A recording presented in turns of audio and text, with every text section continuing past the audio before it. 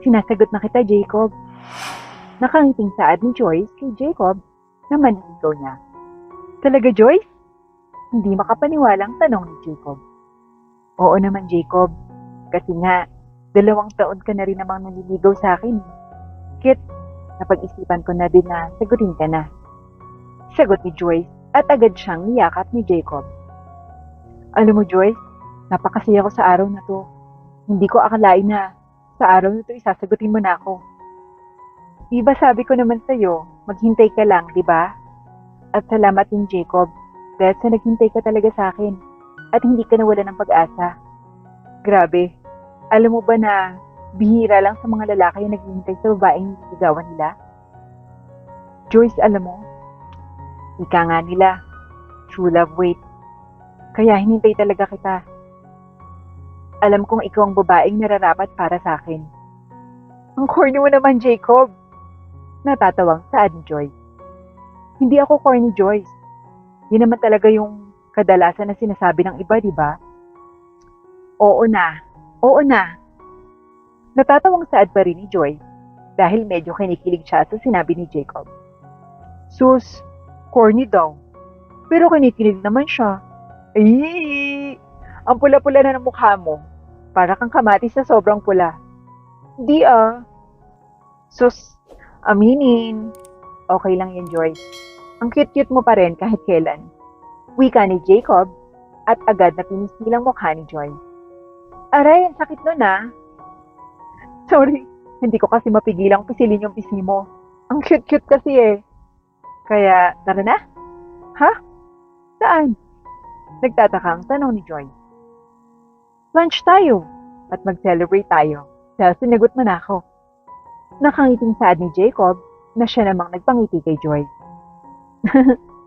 Okay po, sagot na lamang niya at agad silang pumunta sa malapit na restaurant. Joyce, di ba sinagot mo na ako? So, pwede bang gumawa na tayo ng call sign natin? Panimula ni Jacob.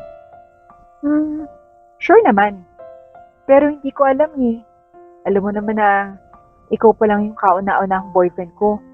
Kaya hindi ko alam yung mga call sign na yan. At wala akong ideya. Ganun ba? Sige, ako na lang yung mag-iisip. At pipili ka na lang kung bagay or hindi. Okay? Sure. O sige. May naisip na rin akong call sign eh. Ano naman yan, Jacob? Medyo corny para sa'yo eh. Pero gusto ko yung baby. In short, B. Diba cute? Bakit naman baby yung naisip mo, Jacob? Eh kasi nga, baby kita. Tas, baby mo ko. Pero kung nakukornyan ka, pwede namang B na lang, diba? Ang cute nga. Sige, baby or B? Tawagan na natin mula ngayon? Tanong ni Joy. Yes, baby. Nakangiting sagot ni Jacob. Kaya't agad naman silang kumain at nang matapos silang kumain, ay tinanong na naman siya ni Jacob. Gusto mo bang magsindi tayo, baby? Sa susunod na lang siguro, B. Kasi mag-aalas 4 na ng hapon eh. At baka hinahanap na ako ni nanay at tatay. Ay, hala, oo nga no. Sorry, hindi ko na malaya na mag-aalas 4 na pala. Ang dali-dali kasi talaga ng oras kapag kasama kita, B. Malungkot na saad ni Jacob. Sus, huwag ka nang malungkot. Meron pa namang bukas, di ba? Sige, sige. O, sige Joyce. Baka bukas na lang ulit tayo mag-banding ha. Bye. Paalam ni Jacob sa kanyang nobyang si Joyce. At agad naman siyang umuwi.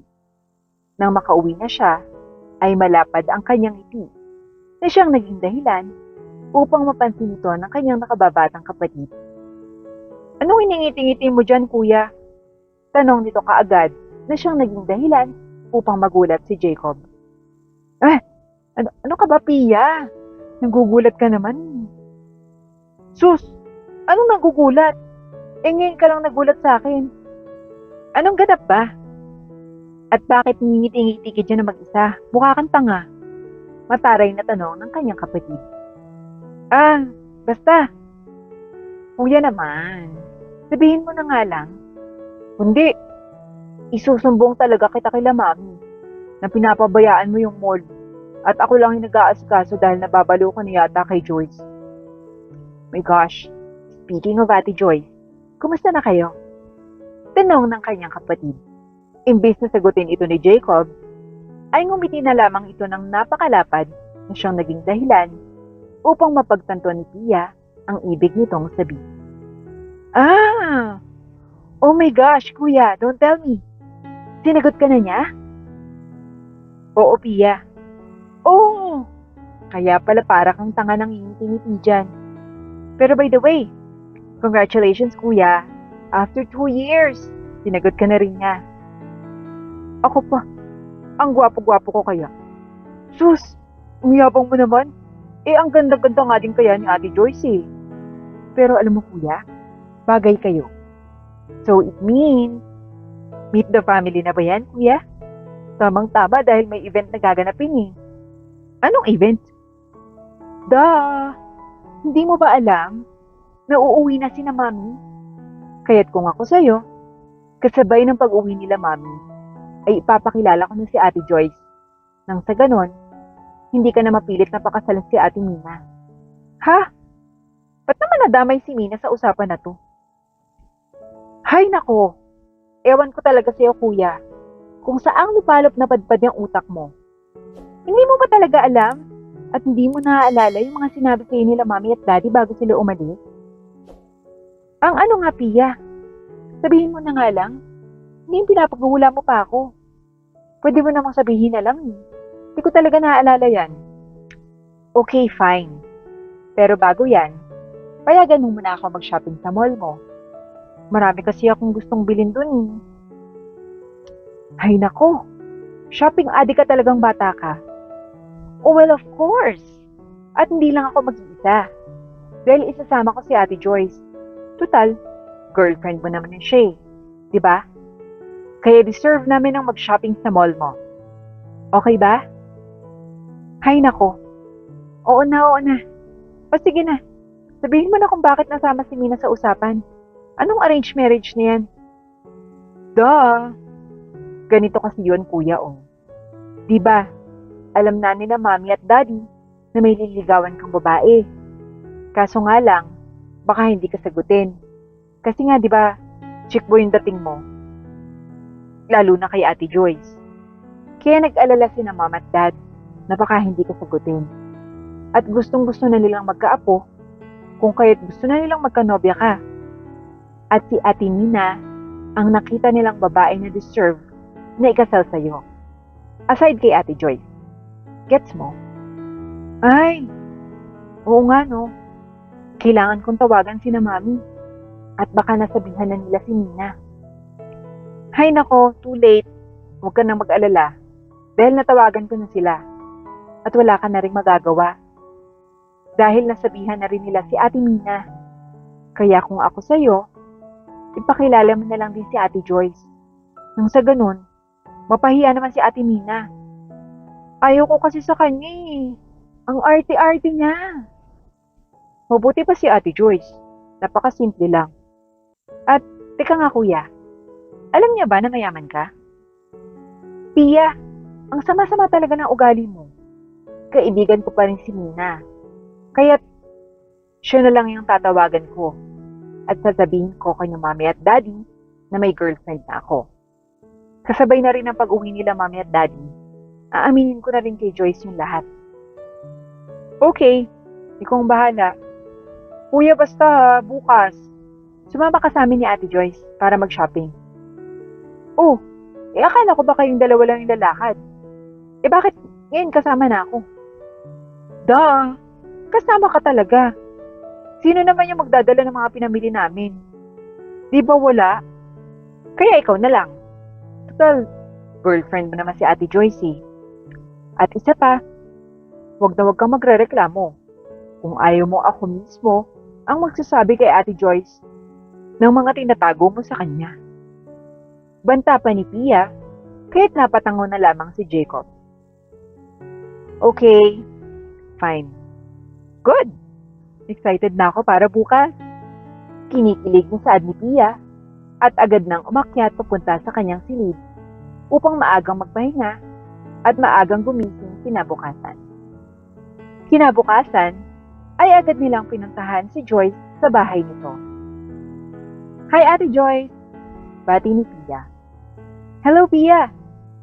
Mabuti naman at sumama ka sa kuya mo. Anong ginagawa niyo dito? Nagtatakang tanong ni Joyce. Ate Joyce, magsha-shopping tayo ngayon.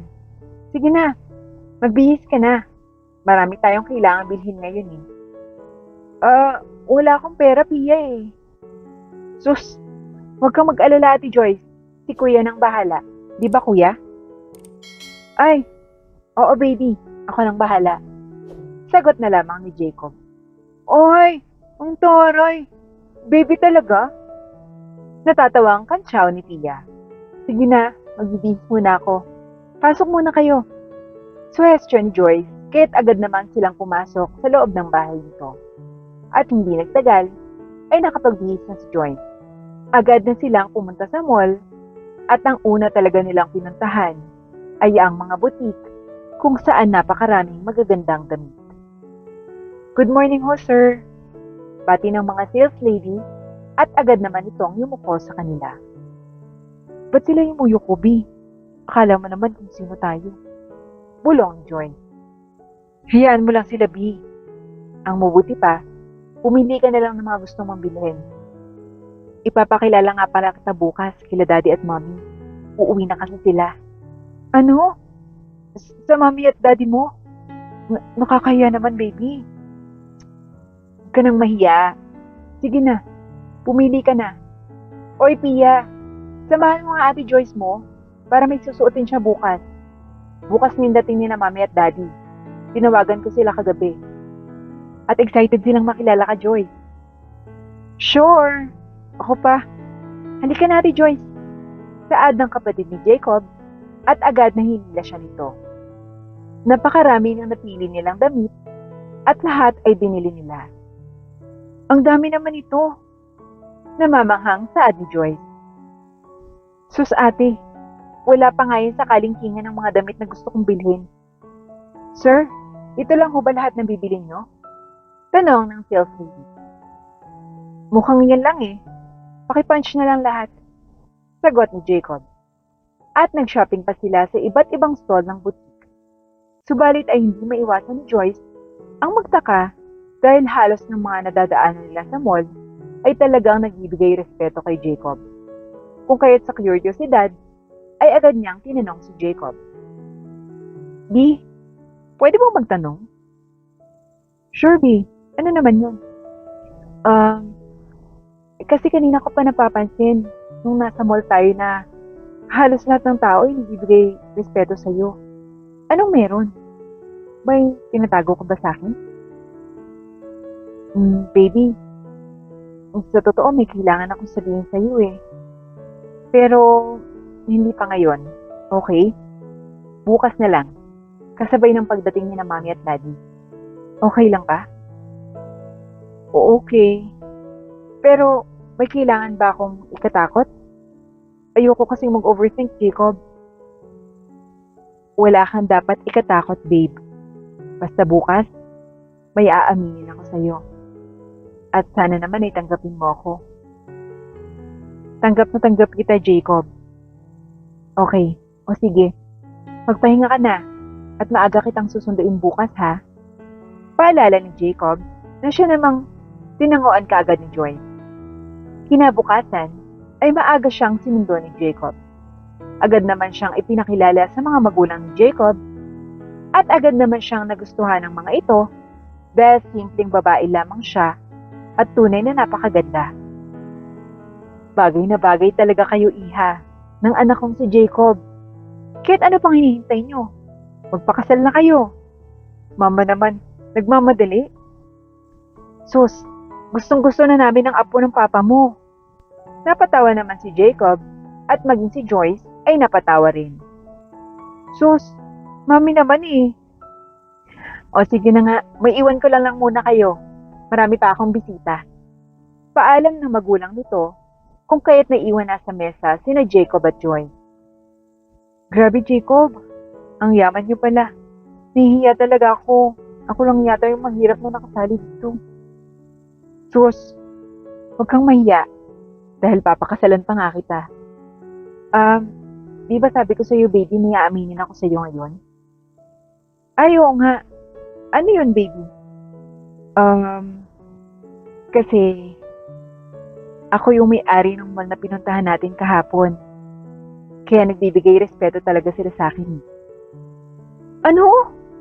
So, ibig sabihin, ang yaman-yaman niyo talaga? Diyos ko, nakakahiya talaga. Nahihiyang saad ni Joy. Wala kang dapat ikahiya, Joyce. Pero ang tanong ko sa'yo, tanggap mo ba ako? Oo naman, Jacob.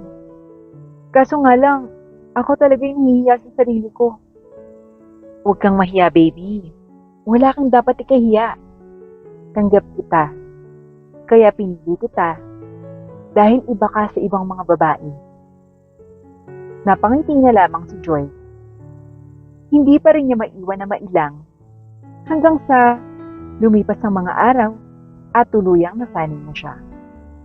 Kahit na mayaman ang boyfriend niya, ay hindi pa rin lumaki ang ulo ni Joy at nanatili pa rin siyang simpleng babae na siyang naging rason upang mas mamangha at mahalin siya ni Jacob.